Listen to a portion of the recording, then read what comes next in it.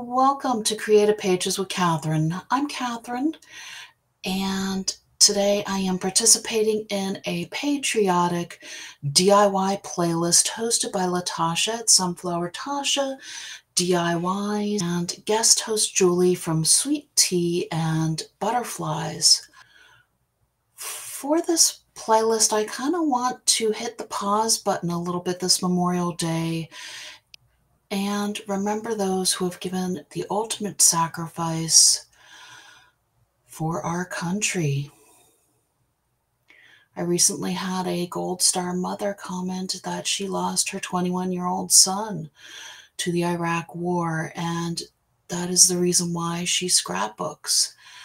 And so this layout is a little bit more for her and for those who have lost friends, family members to war. And I hope this layout is a inspirational piece and a place where you can remember them and add their photos to a book. I also will have a card as well, so if you know you have some friends that are hurting, you can send this to them and let them know that you're thinking about them.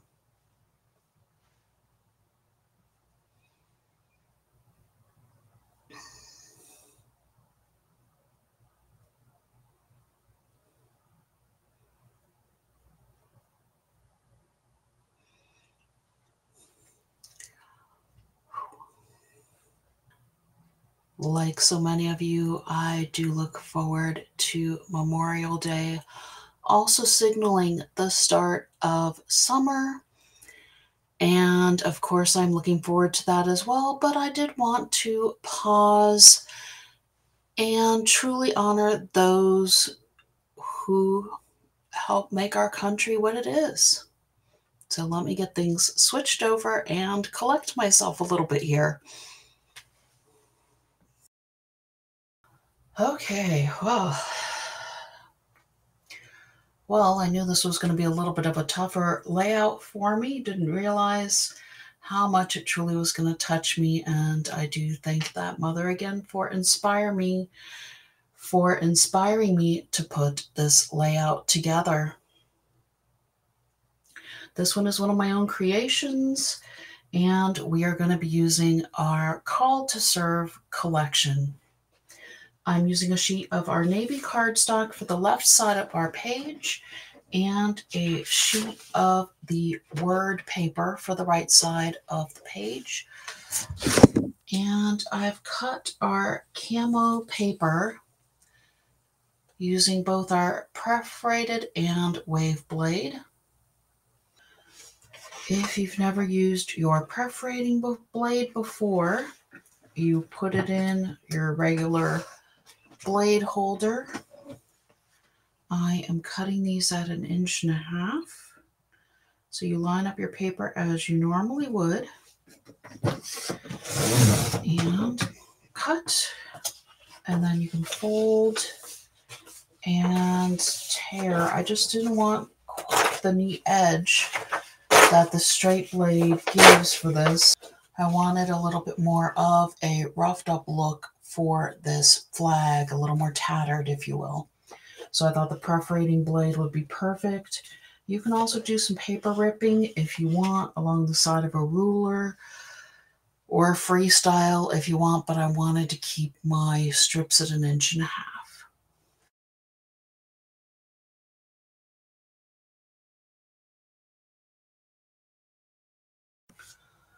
One of the other things I want to do with this flag is I want to cut some uneven pieces, and so I pulled out my wave blade for this. I'm going to put the Creative Memories logo facing the Creative Memories on my trimmer, and I want to cut just some angular strips going different directions, not all the same direction.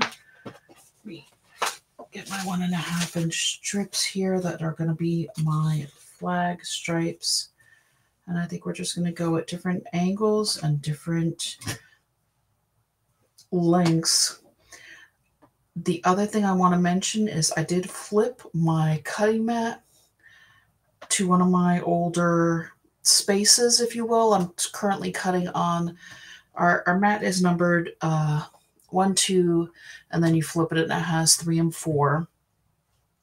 You're supposed to be able to get 500 cuts per side with your straight blade, and usually that's about right. But with the blades that do some of the curves and the, like the swave blade, I prefer to use the older kind of chewed up pieces of my mat rather than using the one I'm cutting with my straight blade on and then putting a crinkly blade on and then cutting straight again. It just kind of keeps my straight cuts more straight, if you will. And this doesn't affect things with the crinkles. So here we go. So you can see here, this is just our, with my perforated edge and then my wave blade along the bottom here. And we might work some of these onto a card. We'll see as we go along here. Let me see which direction I took this one. Let's take this the opposite direction and maybe a little bit further in for different strips of our flag.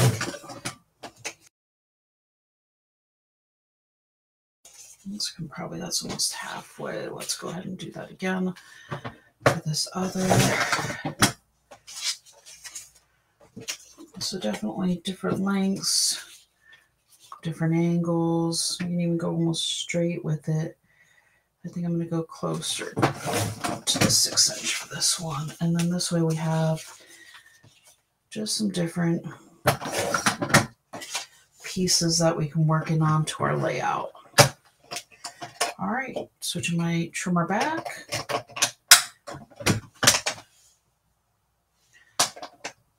It's always a good idea not to forget to put your trimmer back the way you would normally use it with your straight blade, and then store your other blades underneath so you know where to find them.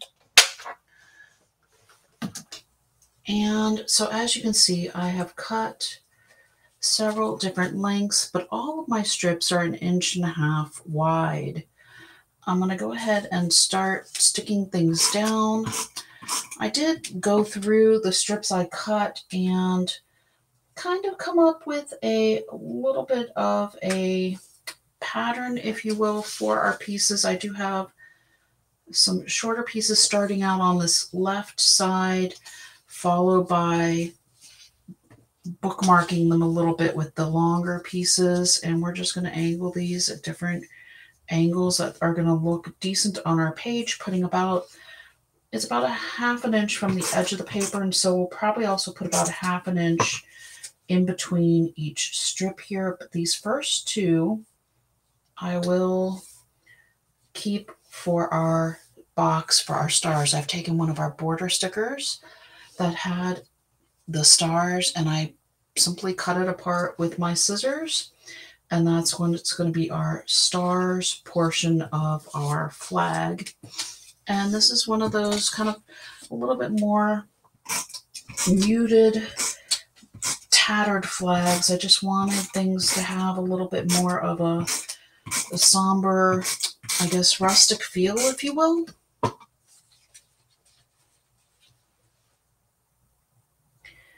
And here we go.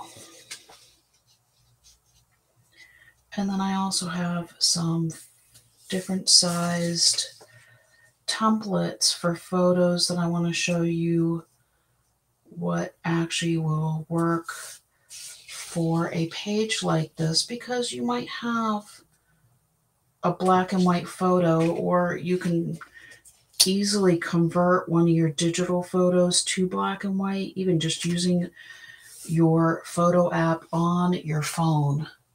Because I think this is just one of those layouts that screams for a black and white photo. Okay, so this is going to be our first star. We're going to anchor here at the corner. Make sure you don't take the white parts that were around the stars. And then we're just going to create our pattern going through here.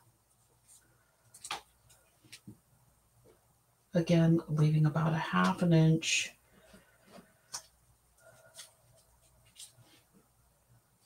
between our rows, if you will. It's going to be a diagonal pattern. I'm trying to use the pieces that I've taken more from the middle and not as much from the end. So like our end piece definitely has a rounded part to it, whereas our center pieces have, you know, where we cut off from each side. So just to show, because it was a border sticker for a 12-inch page.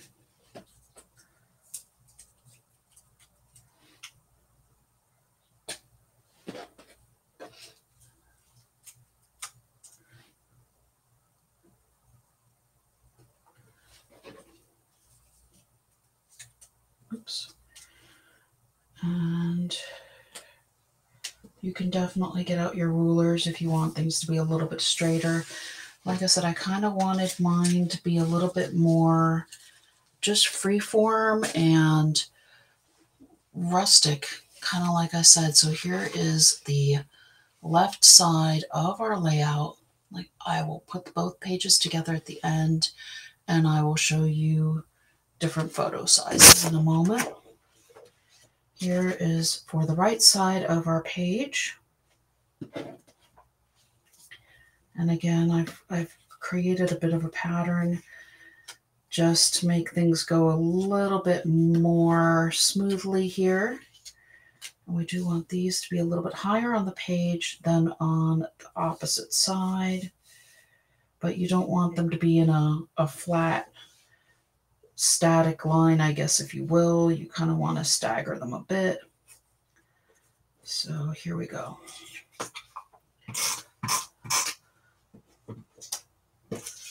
Whoops. Get some tape runner on the back of all of these.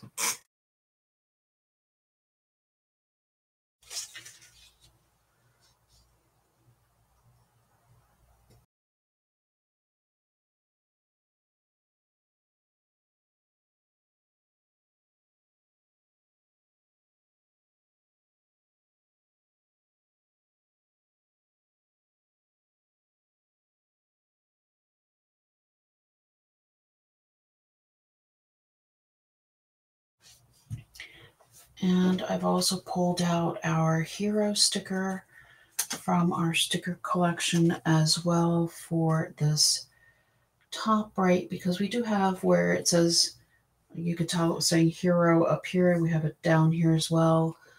But this one, we're just going to layer over the other hero here. And this is the right side of the page. So just truly keeping things simpler overall. And bringing in the left side of our page here. You can see it's just kind of our offset flag a bit. If you want, here's an 8x10 photo just to show what it could look like on the page here. And I know you can arrange, I kind of don't mind that you don't see the bottom of all of the pieces as much. You can easily cut through some of your pieces and have them poking out through the bottom here. If you know you're going to be using a larger photo, here's an example of what a 5x7 could look like. And of course, we also have our 4x6s, so you could easily fit a 4x6 at the right here. You can go ahead and put one going this way as well, and then another one going, you know, horizontally and vertically. I don't necessarily know. I mean, you could fit a 5x7 with a 4x6 as well on this side. I don't think an 8x10 really works on the left side, just to give you an idea. But definitely the slightly smaller and the larger photo could truly work on the right side of the page. And that is our layout. I'm going to bring in our card.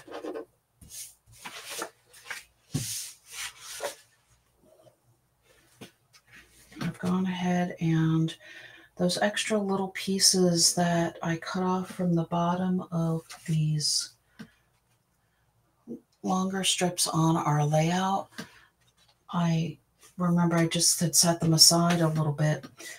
So I went ahead and cut them in half at 3/4 of an inch because the 1.5 was definitely too overpowering for a card. I cut a piece of our 4 1/4 by 5.5 cardstock out of our Hot Fudge cardstock, and I'm going to reinforce the edges here a little bit with my repositionable tape because I'm finding this does help with our cards just to keep them a little bit more secure overall. Make sure your card is opening the direction you wish for it to open. And I truly do think that this is one of those things we don't really, as Americans, talk about as much. It's Memorial Day. We don't really thank those who serve. We think about those who have served. Sometimes we get the holidays confused. I know I have. So I just wanted to highlight this Memorial Day.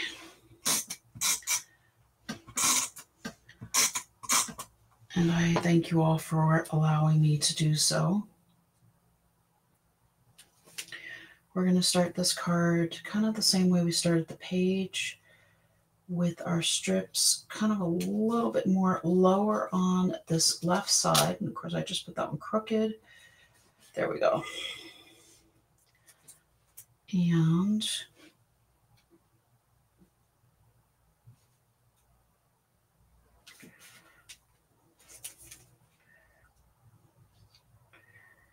I guess there are some places you visit you just don't forget.